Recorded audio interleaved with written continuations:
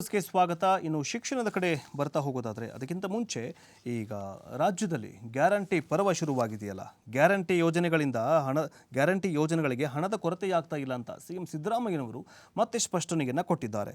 Guarantee ಯೋಜನೆಗಳಿಂದ ರಾಜ್ಯದ ಅಭಿವೃದ್ಧಿ ಯೋಜನೆಗಳಿಗೆ ಯಾವುದೇ ಸಮಸ್ಯೆಯಾಗಿಲ್ಲ. ಗ್ಯಾರಂಟಿಗಳ ಜೊತೆಗೆ ಅಭಿವೃದ್ಧಿ ಕಾರ್ಯಗಳು ಕೂಡ ಉತ್ತಮವಾಗಿ ನಡೀತಾ ಇದೆ.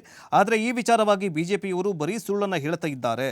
ಅಭಿವೃದ್ಧಿ ಮೂಲಕವೇ ಅವು ಉತ್ತರ ನೀಡ್ತವೆ ಅಂತ ಸಿಎಂ ಸಿದ್ದರಾಮಯ್ಯನವರು ಸ್ಪಷ್ಟಪಡಿಸಿದ್ದಾರೆ. ಬೆಂಗಳೂರು ಗ್ರಾಮಾಂತರ ಜಿಲ್ಲೆಯ ದೇವನಹಳ್ಳಿ ತಾಲೂಕಿನಲ್ಲಿ ಭಾನುವಾರ ಆಯೋಜನೆ ಮಾಡಲಾಗಿದ್ದ ಸರ್ಕಾರದ 2 ವರ್ಷದ ಮೊದಲ ಸಾಧನಾ ಸಮಾವೇಶ ಮತ್ತು ಜಿಲ್ಲೆಯ ವಿವಿಧ ಕಾಮಗಾರಿಗಳ ಉದ್ಘಾಟನೆ ಮತ್ತು ಶಂಕುಸ್ಥಾಪನೆಯ ನೆರವೇರಿಸಿದ ಬಳಿಕ ಮಾತನಾಡಿದಂತಹ ಸಂದರ್ಭದಲ್ಲಿ ಈವರೆಗೆ ಗ್ಯಾರಂಟಿಗಿಂದ 80,000 ಕೋಟಿ ರೂಪಾಯಿ ಜನರ ಜೇಬಿಗೆ ಹೋಗಿದೆ.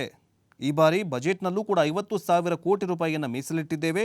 ಇದರಿಂದಾಗಿ ಜನರಲ್ಲಿ ಕೊಳ್ಳುವಂತಹ ಸಾಮರ್ಥ್ಯ ಹೆಚ್ಚಾಗಿದೆ ಅಂತ ಹೇಳಿದ್ದಾರೆ. ಜೊತೆಗೆ ಬಿಜೆಪಿಯ ವಿರುದ್ಧ ಕೆಂಡ ಕಾರಿದ್ದಾರೆ. ಬಿಜೆಪಿಯವರು ಗ್ಯಾರಂಟಿಗಳ ವಿರುದ್ಧ ಗ್ಯಾರಂಟಿ ಅಭಿವೃದ್ಧಿ ಕಾರ್ಯಗಳಿಗೆ ಹಣ ಇಲ್ಲ,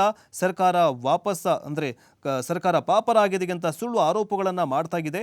ಅಂತ ಯಾವುದೇ ಸಮಸ್ಯೆಗಳು ಆಗಿಲ್ಲ. ಇವತ್ತು ಬೆಂಗಳೂರು ಗ್ರಾಮಾಂತರ ಜಿಲ್ಲೆಯಲ್ಲಿ 1,000 ಕೋಟಿ ರೂಪಾಯಿ ಅಭಿವೃದ್ಧಿ ಕಾಮಗಾರಿಗಳಿಗೆ ಶಂಕುಸ್ಥಾಪನೆಯನ್ನು ನೆರವೇರಿಸಿದ್ದೇವೆ. ಕಳೆದ ವರ್ಷಕ್ಕಿಂತ ಈ ವರ್ಷದ ಬಜೆಟ್ನಲ್ಲಿ 28,000 ಕೋಟಿ ರೂಪಾಯಿನಷ್ಟು ಹೆಚ್ಚು ಹೇಗಾಯಿತು? ಬಂಡವಾಳದ ವೆಚ್ಚದಲ್ಲಿ ಈ ಬಾರಿ 80,000 ಕೋಟಿ ರೂಪಾಯಿ ಇಡಲಾಗಿದೆ ಅಂತ ಸಿಎಂ ಸಿದ್ದರಾಮಯ್ಯನವರು ಮತ್ತೆ ಗ್ಯಾರಂಟಿಯ ಬಗ್ಗೆ ಮಾತನಾಡಿದ್ದಾರೆ. ಈಗಾಗಲೇ ಬಿಜೆಪಿಯವರು ಗ್ಯಾರಂಟಿಯನ್ನು ಹೆಂಗಾದರೂ ಮಾಡಿ ಬಂದ್ ಮಾಡಿಸಬೇಕು, ಅವರು ಸುಳ್ಳು ಸುದ್ದಿಗಳನ್ನು ಹಬ್ಬಿಸ್ತಾ ಇದ್ದಾರೆ.